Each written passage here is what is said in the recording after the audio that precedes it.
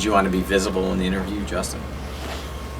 Okay. You mind if I stand here? I don't mind. It would probably be best if you were at least seated. That way I'm like not looking up. Next one. And I don't care if you're sitting next to the camera, but I just want to make sure that it'll make it more formal.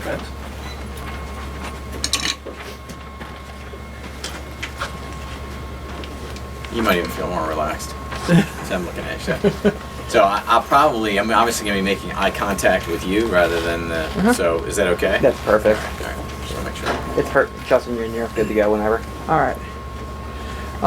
So Coach O'Connell, what was your coaching style like? My coaching style, it kind of changed over the 15 years I was here. It really changed because the team changed. But I initially, when I started coaching, it was my first coaching job other than working with a high school program. So there was a lot of learning on the fly for me as a coach. And probably the first 5 or 6 years, I was learning a lot about the game, coaching it. It was so much different than when I had played. So the style changed. When I first started, I was younger. I was in my 32, 33, 34.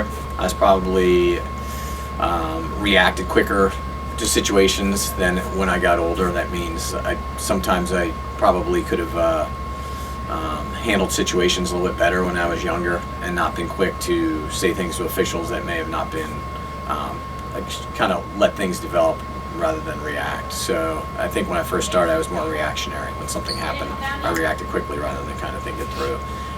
But as the years went on and I had good assistant coaches underneath me, I learned so much more about the game through a handful of my assistants that were here.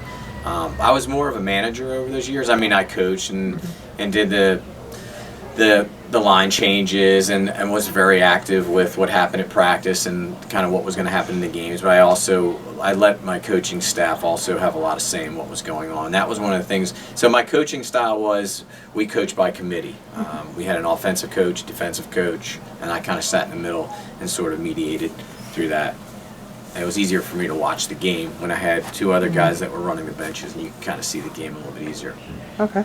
Have any fond memories as coaching here? Well, 15 years is a lot. The team changed dramatically from the time we started, and it was a startup program with, it was a beginner program, and it evolved into what became a very elevated club program, and that was built by the players. So.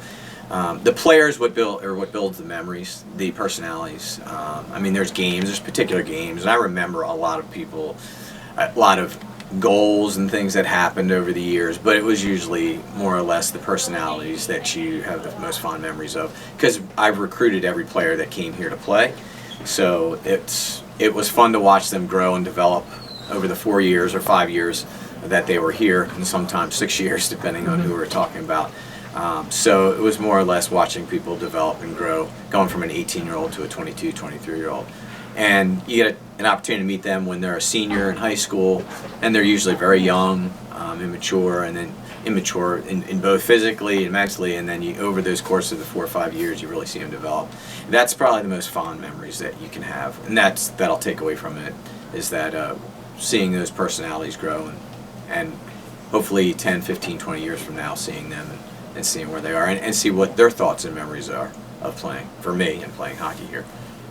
Going back to like the recruiting process, everything, you said you recruited every player that came here? Pretty much. When the program started, I was here from the inception of the program, and actually the first year it was a club team that played in an in-house league up in Allentown. Okay. We weren't affiliated with the ACHA at that point, and so we had a handful of alumni playing. The only thing was you had to take 3 to 6 credits in order to play. That obviously changed.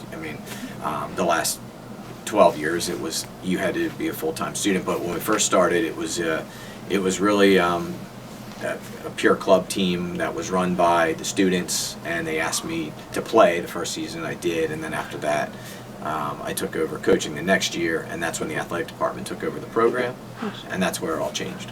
Out of all the players that you did recruit, are there anyone that really stood out to you? There's a lot, and just because they were great players or good players here, that doesn't mean that they are always the one that stand out. Everybody had a different role that they played while they're here, and what I what I like most about the teams that we had big teams, and there were a lot of guys that didn't play a lot, didn't dress, but they still stayed. So it showed that they liked the program enough. You'll see other sports at every level that if they don't play, they generally will quit. We didn't have a lot of that attrition. They enjoyed being part of the hockey program. There was something about the culture here with the team, and over the years it built up. The hockey program became a pretty big name on campus. But there are a lot of names, and every 4 years you recycle players, and from those groups you develop relationships with certain players and their families and parents. And so, I mean, there's so many names. But, I mean, if I was going back to the earliest of days, Michael Gilmore, who came here from Minnesota to play. And he came here initially to play lacrosse, ended up playing hockey for us, and he stayed with the hockey, and he was one of our first captains. Tom Sconia was from our first class, and he was one of our captains too early on, and he came on board as a coach for a few years after that. Those are a couple names that stood out. There was a young man by the name of Steve Rowe who actually helped start the program from the student level and build it up. So Steve was really instrumental in getting me involved with it. He was the one that saw me at the rink, and that's who I connected with to find out that Alvernia had an ice hockey team and that they were building it. But as I went on over the years, I watched Penn State Berks. They were the waterline as far as that's what I wanted to look like. I wanted the team to look like Penn State Berks. That was a team that was going to nationals every year, and when they were playing, they had such highly skilled players. We did not. We might have had 2 or 3 that had a whole team up. So my goal was, how are we going to look like that? And that was through recruiting. And so as the years went on, we had some great players: Anthony Froyo, Eric Ryan, Christian Barron, Sean Castanero, Mike Christie. Mike Christie was a transfer that came over from Penn State Berks at the time they were going to nationals. So we were starting to attract good players around 2007, 2008 to come play here that I never would have thought would have wanted to play here. But over the course of time, we really worked hard at it, and the athletic department was very helpful because being fully funded, it was easy to entice and attract good players to come and play here.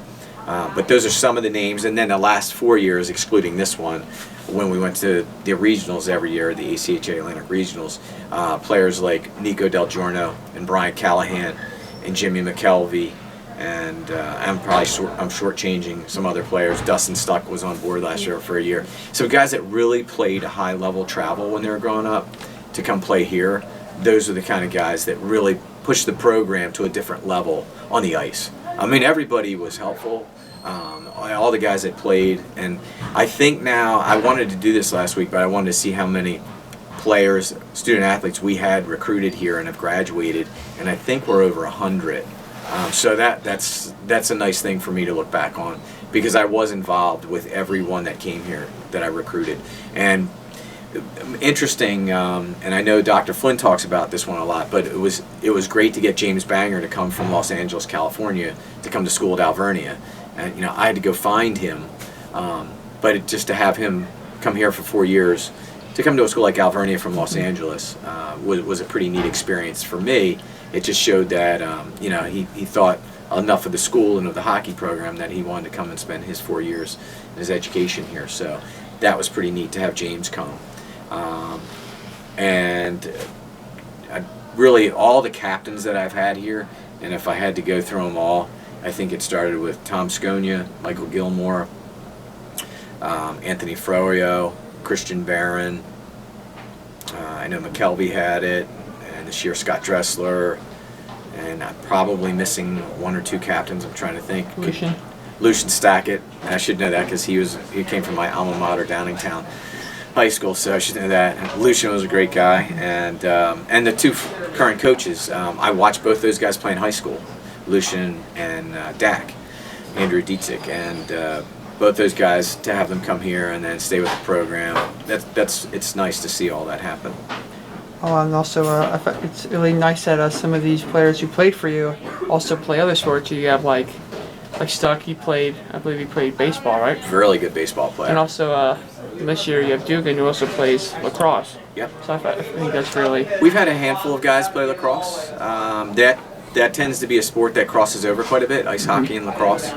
So, and I know there's a couple guys coming in next year, fall into that same they'll play both while they're here. I'm trying to think if we had anybody. Golf has been a good one too. Yeah, Brett Fernandez, our number one golfer this year, was also probably our number one defenseman the last couple of years. So, yeah, some multi-talented, multi-sports student athletes. Yeah, I think that's really interesting that they could be double athletes. They can play one sport in one season and come back and play another one, and still have gym packs. Division III is good like that. You will see multiple sport athletes. It used to be back. There was a time in the '60s, '70s, '50s. It wasn't rare to find athletes playing all three sports, like football, basketball, baseball. You see that a lot. I mean, sometimes a great athlete's just good at any sport that they play. But they grew up. Some of those guys not one-dimensional, only playing one sport. So it was good that they could come here and actually take advantage of everything that they were skilled at. What do you hope for in the next head coach? Whether it's Dak or Lucian or someone else? Yes, it's difficult to determine who's going to be the head coach. I think Andrew and Lucian will probably be here in some capacity as assistants. I don't know. I know that they're doing a full job search for the head coach, director of hockey, whatever that title is going to be. But those two guys, the last 2 years, I know them very well, and I think they did a great job. Dak did a fantastic job this year recruiting, and we'll see as the numbers come in, but he really went out at it. And that's the most important part of the coaching, as far as if you want your team to be successful, it's recruiting. And you could recruit 365 days a year if you wanted to. And it's a big team, so the nice thing about hockey is it's played all over the place. And so, I mean, there's a lot of kids out there that were looking to play that weren't going to be able to play NCAA hockey, which is the highest level that you can play at, and you have to be extremely talented to play NCAA hockey, whether it's D1 or D2. So ACHA kind of takes everybody else in. There's a lot of them out there that want to play hockey, and they're looking for schools that treat the program like a varsity sport, and Alvernia has done that. And the way it's operated and run has been professional from the time I've got here, and they run it professionally on the inside. I wanted to make sure that we took it out on the road and like that too when we traveled.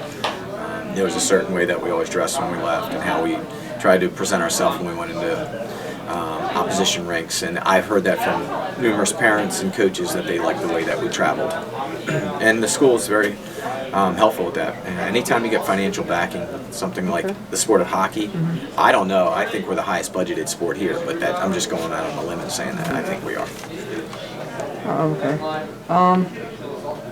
Was there any specific player recruit you're most proud of? Well, I mean, I'd have to go right to Nico Del Giorno.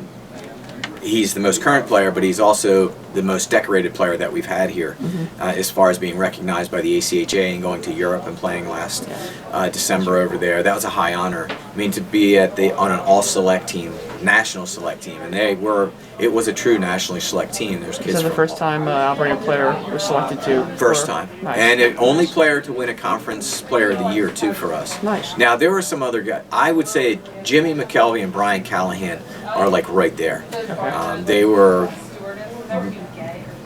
We were lucky to have all three at the same time, but they were all in their own way exceptional players. I mean, they were on any given day they were our best player. But Nico was definitely the most recognized, and now that Nico has the Conference Player of the Year award on the wall, the Body Zone here, it promotes the school and the ice hockey program. But even before that, there was guys that you wouldn't have remembered going back to. We had a young man from Lower Marion High School, Ryan Kelly, who's a really good player. Bruce Hawthorne, really fast players playing on teams that weren't as skilled as we are now. And then Eric Ryan and Anthony Froyo were probably my two prized recruits, my first two big ones that kind of started to change the program. Because when Jimmy and Brian came to visit the school, Jimmy and Brian played together, they saw Eric and Anthony already on our team, and they were good players. They saw Barron and Castanero, and they're like, well, if these guys are playing here, I will too, because they're good players. And so one player general bring in two good players, and then it just snowballed into all of a sudden I had a really good team, or we had a really good team. And I should say that when I say we, the coaches that I've had throughout the years, Jason Kelly, Chris Herr, Craig Plew, Even Michael Gilmore helped coach. Pete Serrard, Pete was a player here. He transferred from Widener, came here, played for 3 years, and then coached for a couple of years, and now he's a head coach at Widener. It's neat to see that happen. So there's everybody kind of plays a part in how successful we became. I mean, I was involved with every aspect of it, but you need good players underneath you, you need good coaches, you need other people to help run the program. Okay. When the team wasn't playing like to your standards, they were having a tough game, how would you calm them down in the locker room between periods? And sometimes it wasn't a calm. When I was younger, it would probably have been, it would have been more of a berating. But I became more quiet as the years went on, and there's a couple reasons for that. You get older, and you don't treat every game like it's the last game. I would try to get across to the players that treat every shift that you play and every period like it's the last one. Just play like that. Play with the sense of urgency, but fun, and realize that you're fortunate to be able to do it. So always play it like it's your last shift. But with me, after a while, I got used to losing close games and winning close games, and we were in a lot of shootouts and playoff games. And after a while, I used to lose sleep about it. And after time, over the course of time, you kind of get used to the good and the bad with it. And I wasn't as much of a yelling coach at the end, probably the last 4 or 5 years. But things changed the last 15 years. You have people with phones, and their phones on, taking videos and audios, and the last thing you want to do is be in there with, lacing profanity across the locker room, and it comes out. So there's a lot of things that have changed the last 15 years, and that would be one of them. And that's one of the things I've told Andrew and Lucian. You have to be really aware of who's watching you, whether it's parents or players in the locker room or officials. So those are the things that have changed a little bit, and it's probably for the best, but it's just stuff that you live and learn with. Yeah. During your last game in Rowan, like during a period, I heard Dak really yell. Like I never heard him yell that loud. Like as the door was shut. It sounds like. Yeah, the thing about being on an ice rink is that if you're sitting on the other side normally where the stands are, it gets drowned out. You can't hear what's going on the bench. That was one of the first things I learned, is that I could yell a lot, and usually it's kept inside the glass. It doesn't. You can hear it, but you can't really make out specifically what's being said, and that's probably a good thing because the players are doing that with each other, and so it's best that it gets muffled out. But yeah, I mean, I'm sure that Andrew is still young and he's going through some of the stages that I did. That you think that sometimes your coaching style is going to be, I'm going to be very interactive in your face kind of thing. Describe the bus rides to and from away games. It's one of the reasons I'm not doing this anymore. The bus rides were fun. I mean, it's nice to be able to travel the way we do, taking charter buses and the movies. I probably saw a lot of movies I never would have seen in my life that the kids introduced me to. Most of them were garbage, but I didn't usually think they were great movies. But I learned a lot more from what kids were watching these days. So that would pass the time away. And we travel kind of far. So when we would leave, most of our trips were an hour and a half, 2 hours. So they're long days. Hockey game days are long because we usually would get to the rink an hour and a half beforehand. And then afterwards, and most of the parents are there, you stay around at the rink afterwards. So they're pretty long days. That was one of the things after a while that could be kind of a drag, is that the travel. Always like the moment that the puck dropped and everything that goes with that, but everything leading up to it. There are long days. I get up early in the morning and come back late at night. I'm sure.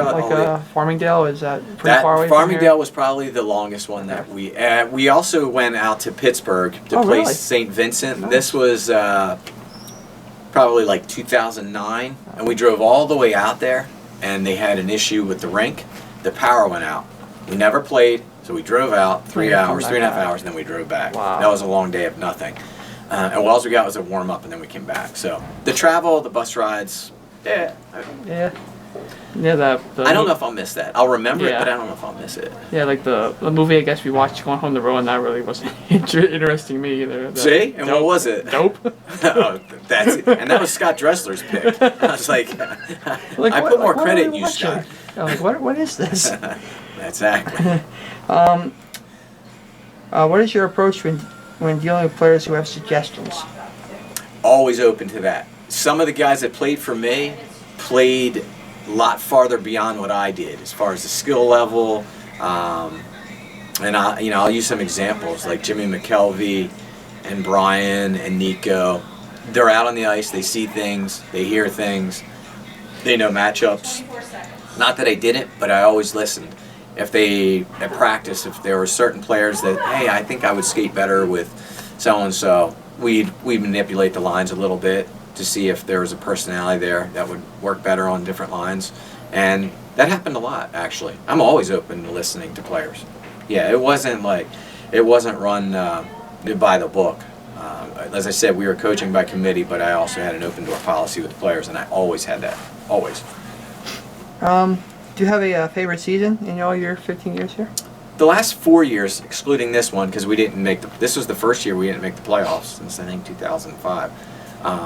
But the 4 years prior, where we went to regionals every year in York, that's kind of the bar.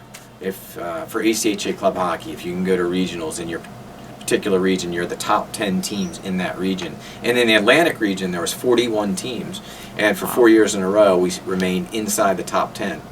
So that was, and we're probably maybe one of the smallest schools, student body-wise, 1,500 student. We were by far the smallest school, with the exception now of Bryn Athyn. So to do that was pretty neat. To play state schools, I always enjoyed beating state schools, like Shippensburg, Kutztown. Always liked beating Kutztown.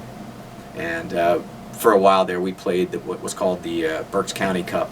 Okay. And, yeah, I was wondering, during a preseason you played Kutztown. Like, I really didn't know if they were in what league they're in. They play Division II club, so they okay. play a higher level, and that's one of the things. We could have easily played Division II and been as successful, but we stayed at D3. We liked the schools that we were playing, saying we were comfortable there.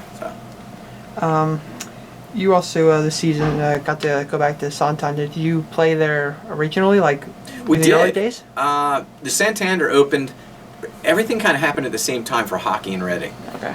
The Body Zone was built in 2000, and then the Royals, same thing. They built the Santander Arena in 2000, and our hockey program started then. So all this was happening at the same time, and I believe it was our third or fourth season, 2003, 2004. We played one game there. I think it was against Bucknell, and that started the relationship. Went on for about 4 years, and then we took a break for about 4 years, and then we played the last couple of years there. Nice. One final question.